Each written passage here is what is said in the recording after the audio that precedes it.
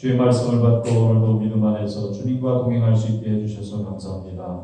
오늘도 하나님께서 저희들을 이끌어 주셨사오니 하나님의 말씀의 능력을 통하여 우리를 새롭게 하여 주시옵시고 날마다 성령 충만하게 하사 하나님의 나라의 영광을 바라보며 주님의 맡겨주신 사명을 감당하는 종들이 될 수 있도록 은혜로 함께하여 주시옵소서. 코로나 바이러스로 인하여 많은 사람들이 낙심하며 또 어두운 절망 가운데 있는 것을 주님께서 기억하여 주시고 저들에게 참 소망의 주님을 바라볼 수 있도록 믿음의 은혜를 더하여 주시옵소서. 많은 이들이 생명을 잃고 건강을 잃고 또 직장을 잃고 여러 어려움 가운데 있는 것을 우리 하나님께서 아시오니 주여 하나님 아버지, 저들이 세상을 바라보며 낙심하지 않게 하시고 하나님의 영광을 바라보며 소망을 얻을 수 있도록 우리 하나님 아버지 역사하여 주시옵소서. 우리는 심히 연약하고 부족한 자들이오나 우리 하나님의 크신 사랑을 입어 주님 자녀로 부름받아 오늘도 주님 안에서 믿음으로 살게 해주시니 감사를 드립니다.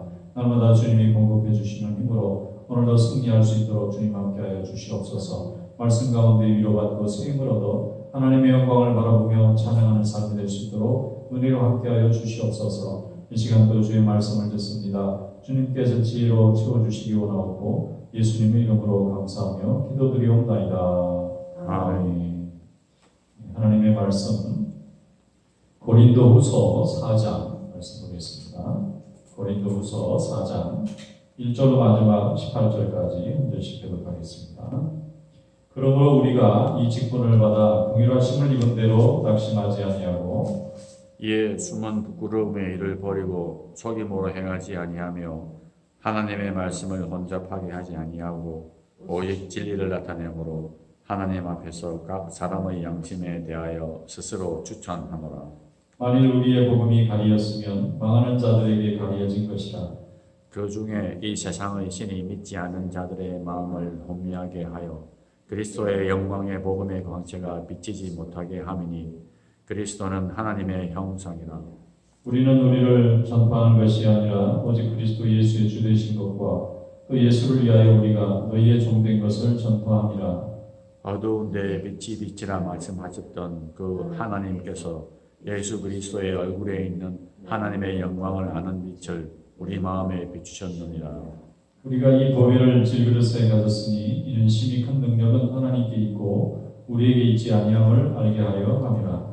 우리가 사방으로 우겨쌈을 당하여도 쌓이지 아니하며 답답한 일을 당하여도 낙심하지 아니하며 박해를 받아도 버림받지 아니하며 거꾸러뜨림을 당하여도 망하지 아니하고 우리가 항상 예수의 죽음을 몸에 짊어짐은 예수의 생명이 또한 우리 몸에 나타나게 하려 함이라.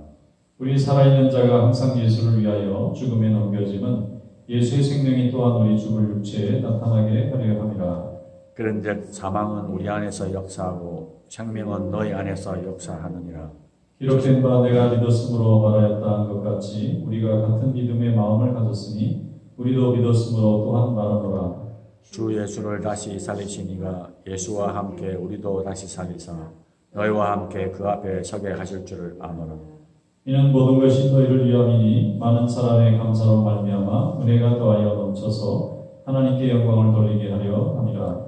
그러므로 우리가 낙심하지 아니하노니 우리의 겉사람은 낡아지나 우리의 속사람은 날로 새로워지는도다.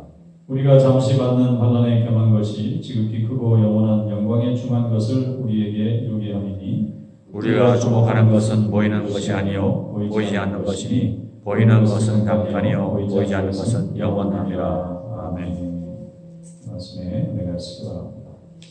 하나님께서 우리에게 주신 복음은 우리의 생명을 구원하고 이웃의 생명을 구원하고 하나님이 만드신 이 창조의 세계의 아름다운 질서와 또 하나님의 그 은혜를 보존하는 그런 큰 힘이 있습니다.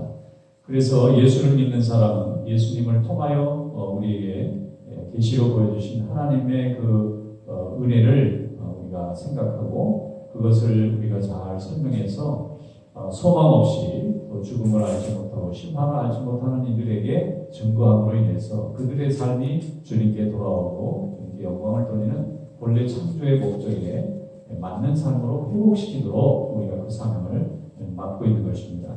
오늘 여기 말씀에 보면은 사도 바울이 질그릇에 담긴 보배다 이렇게 설명합니다. 여기서 말하는 질그릇은 우리 인간을 말하고 보배는 예수 그리스도의 복음을 말하는 거예요. 본래 그릇 중에서 제일 이렇게 가치가 떨어지는 그릇을 질그릇으로 봅니다. 금그릇도 있고 은그릇도 있고 여러 가지 아름다운 보석으로 치장된 그릇들은 큰 파티나 아니면 존귀한 자들이 사용하는 그릇인데 질그릇은 가장 이렇게 평범한 그릇입니다. 그런데 이 평범함이 사실은 굉장히 큰 존재감이 있는 거예요. 왜냐하면 질그릇은 왕도 또 평범한 평민도 모든 가정이 다 쓰는 그릇입니다. 이 그릇은 가치로 볼 때는 그렇게 비싸지 않지만 그 사용이라든가 존재로서는 없어서는 안 되는 겁니다. 금그릇은 없어도 됩니다. 그러나 질그릇은 집에 있는 사람들에게 꼭 필요한 일이고 밥을 담아 먹거나 또 국을 담아 먹거나 또 물을 담아 먹는 인간의 삶에 있어서 금보다 훨씬 더 중요한 가치가 있는데 우리가 다 질그릇 같은 존재입니다. 하나님이 볼 때는 세상에서 존귀한 자도 아니고 그렇게 인기 있는 사람도 아니고 유능한 사람도 아니고 사람들에게 눈에 띄는 그릇도 아닌데 우리같이 평범한 인생 가운데 그리스도의 보배가 담기면 그 순간에 존재가 달라집니다. 그릇은 그릇의 세계의 가치에 비유가 있어서 금은 동 이렇게 흙으로 되어 있는데 질그릇이 흙으로 된 건데 금이 더 비싸 보이고 은이 더 비싸 보이고 이 흙으로 된 이 질그릇은 그렇게 가치 있어 보이지 않는데 인간의 참된 가치는 그릇이 가지고 있는 원래의 그 가치에 있는 것이 아니라 그 그릇에 무엇을 담았느냐 그릇에 무엇이 담겨져 있느냐에 따라서 그 그릇이 가지고 있는 가치가 높아가는 거죠. 귀한 그릇인데 거기에 독이 담기면 이게 독그릇이 되는 거고 거기에 음식이 담기면 이것이 국그릇이 되는 겁니다. 그런 거와 마찬가지로 그릇의 본래의 가치라고 하는 것은 그 안에 담겨져 있는 내용물에 따라서 결정되는 그런 특징이 있다면 보배가 담긴 질그릇이라면 보배가 담긴 금그릇이면 뭐 좋겠지만 금그릇에 담겨져 있지 않는 보배가 질그릇에 담겨져 있다 그러면 그 질그릇의 가치는 굉장히 귀한 가치로 하루아침에 변모되는데 우리가 썩어져가는 인간의 몸을 가지고 멸망당할 수밖에 없는 심령의 존재를 가지고 있는데 우리가 같이 이렇게 보잘것없는 인생의 가치에 예수 그리스도의 복음이 담겼다. 그럼 예수 그리스도의 복음이라는 건 뭐냐면은 내가 예수를 믿어서 주님께 영광 돌리고 찬양하고 예배하고 주님의 일에 날마다 헌신하는 삶이 바로 우리가 복음을 우리가 소유하고 있는 자인데 이 질그릇의 보배가 담긴 것처럼 우리같이 연약한 인생의 그리스도에 대한 은혜를 담고 있다는 것이 바로 세상의 어떤 사람도 우리를 이길 수 없고 우리보다 더 높아질 수 없는 축복의 존재라는 것을 설명하는 것입니다. 사도 바울은 핍박을 많이 받았습니다. 또 고린도 교회 교인들도 예수 믿으면서 물론 내부적으로도 많은 분란도 있었지만 그들이 교회 바깥으로 나가서는 핍박받는 존재들이었다는 거예요. 문화적으로 핍박받고 지역적으로 또 신분적으로 또 종교적으로 핍박을 받는 사람들입니다. 왜냐하면 그들은 소수고 굉장히 연약한 수밖에 없는데 다수를 차지하고 있는 그 교회 바깥의 세상은 예수님을 모르는 세상이고 또 복음을 핍박하는 이교도의 세상이고 또 미신의 세계고 또 음란한 세계입니다. 그러니까 그들의 세계의 룰을 따라가지 않는, 세속의 룰을 따라가지 않는 성령의 룰을 따라가는 이 성도들이란 반드시 미움받는 존재고 핍박받는 존재가 될 수밖에 없는 것입니다.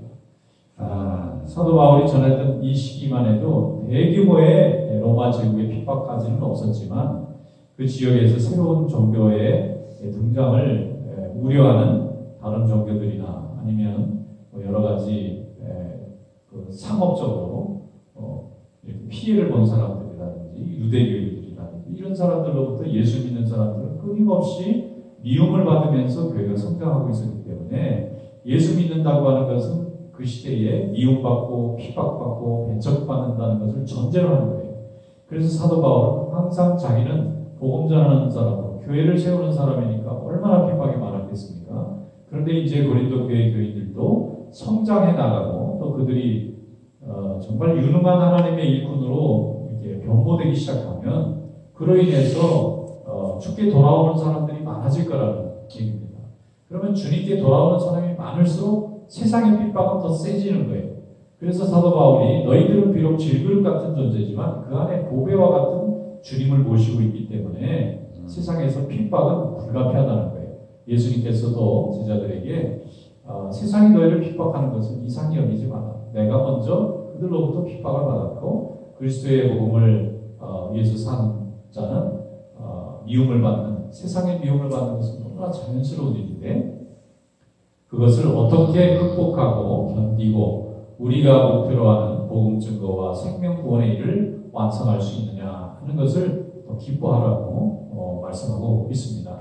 사도 바울도 지금 같은 얘기를 하고 있는 거예요. 우리가 이 세상에서는 미움받는 자가 되고 우리가 세상에서 볼 때는 낙심한 자처럼 보일지 모르지만 우리 안에 하나님의 은혜와 그리스도의 사랑이 있기 때문에 우리가 하나님의 은혜 가운데서 세상에서 가장 강건하고 복된 자가 된다는 것을 잊어버리지 말고 우리 가운데 생명이 있다는 것을 깨닫고 이 그리스도께서 주시는 영원한 생명, 이 구원의 생명을 힘있게 증거하는 그런 종들이 되어야 되겠다 이렇게 말씀하고 있습니다.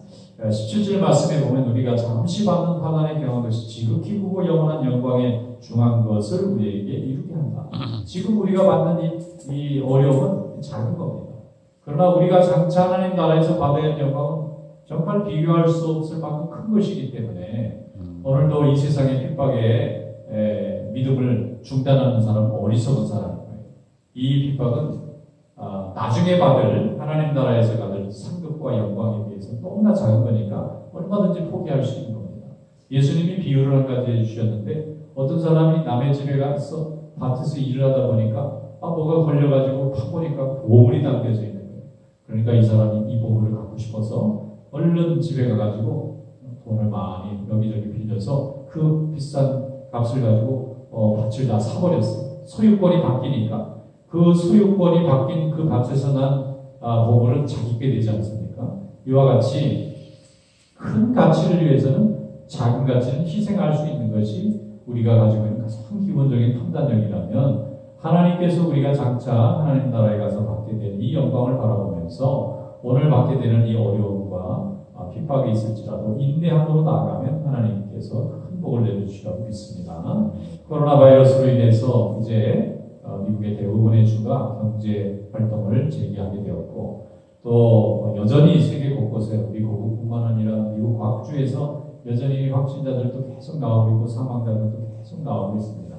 어떤 의료 전문가들은 이게 무슨 신종 플루나 독감같이 이제는 해마다 찾아오는 절기병이 될 가능성이 높고 그래서 이제 이 병과 더불어 살아가는 방법을 선택할 수밖에 없지 않겠느냐. 그러면 또 위생도 잘하고 거리를 잘 띄고 과거같이 이제 대중이 모이고 군중이 모여서 하는 그런 사업보다는 이제 비대면으로 하는 이런 사업으로 이제 좀 전환이 되어야 되고 위생에 대한 개념도 과거와는 완전히 다른 그런 상태로 이제 사람들하고 만나서 이렇게 손잡고 포옹하고 이런 예절이 다 없어져 버릴 것 같아요. 만나면 그게 폐가 되는 시대예요. 그러니까 멀리서 한국식으로 이렇게 고개를 숙이든지 손을 미국식으로 젊은 세대처럼 손을 흔들든지 그런 식으로 하고 운동도 좀 뚝뚝 떨어지는 그런 운동이나 이렇게 할 수 있고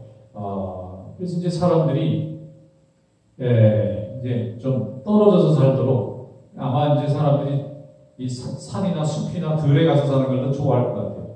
다닥다닥 붙어 사는 게 좋은 도시가 점점 이제 시골화된다고 할까요? 전원화돼서 웬만하면 사람들이 좀 멀리 떨어져 있도록 대신 자동차라든가 통신이라든가 인터넷이라든가 이런 거는 점점 더 발달할 것 같아요. 산업의 구조가 완전히 이제 변경되는 겁니다. 이게 한 30년에 한 번씩 이 직업의 구조가 바뀐다는 말이 있어요. 30년 정도 이렇게 그 사업이 성공하고 나면 그 다음 제너레이션에 가서는 전혀 다른 종류의 직업들이 생기고 과거에 있었던 직업들은 다 없어지는 거예요. 제가 새벽에 이렇게 나오면서 보면은 불과 몇 년 전까지도 항상 신문 배달하시는 분들이 새벽에 신문을 배달하는 거예요. 제가 새벽에도 나올 때 쭉 신문 배달하는 사람이 이렇게 돌아다니는 차에 타고 이렇게 막 던지기도 하고 그런데 지금은 전혀 볼 수가 없어요. 신문도 이제 거의 다 없어졌고 이제 얼마 전에 보니까 신문사에서 여기 주간으로 나오는 신문이 있는데 이게 신문을 이제 할 수가 없으니까 인터넷으로 다 보내주는 거예요. 신문을.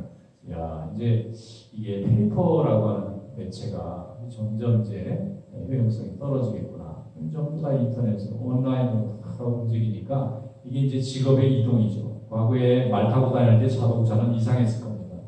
또 과거에 전보나 쓰던 시절에 이렇게 핸드폰 들고 다니는 건 너무 이상했을 거예요. 그런데 시간이 갈수록 너무나 자연스럽고 당연한 것으로 받아들이는 것처럼 이 산업의 구조나 이런 것도 다 바뀌는데 우리 예수 믿는 사람들은 그런 운명이 옳다 그러다 판단할 이유가 없이 하나님이 주신 이성과 지혜로 자기의 환경을 개척해 나가는 능력을 하나님께서 주셨으니까 잘 사용해서 모든 사람들의 생명을 보존하고 또 하나님을 잘 섬길 수 있도록 이렇게 우리가 날마다 기도하는 그런 성도가 되어야 될 줄 믿습니다. 그러므로 사람들에게 절망이 있을 때 소망을 던져주는 것이 복음의 능력이고 죽음 앞에서 생명과 영생을 설명해 주는 것이 복음의 능력이라면 하나님이 우리에게 그 사명을 주신 것을 감사하고 날마다 우리가 질글새 그리스도의 복음이라는 보배가 담긴 것을 감사하고 항상 기쁨으로 주님의 일을 잘 감당해 나가는 귀한 종들 되시기를 주님의 이름으로 축원합니다. 아멘. 기도하겠습니다. 거룩하시고 은혜가 많으신 하나님 아버지, 오늘도 주님의 은혜 가운데서 저희들을 인도해 주셔서 감사합니다. 하나님의 말씀 가운데 오늘도 순종하며 주님의 뜻을 따르고자 하오니 하나님께서 우리에게 지혜를 주시고 은혜를 주시고 담대함을 주시고 소망을 주시사 모든 이들을 위하여 우리가 기도하고 특별히 환난 중에 있는 자들을 위해서 기도하며 우리 성도들을 위해서 기도할 때 하나님 응답하여 주시옵소서. 날마다 하나님의 역사가 풍성한 종들 되게 하여 주시옵소서. 이 시간 기도할 때 성령께서 함께해 주시기 원하옵고 예수님의 이름으로 감사하며 기도드리옵나이다. 아멘. 자유롭게 기도하겠습니다.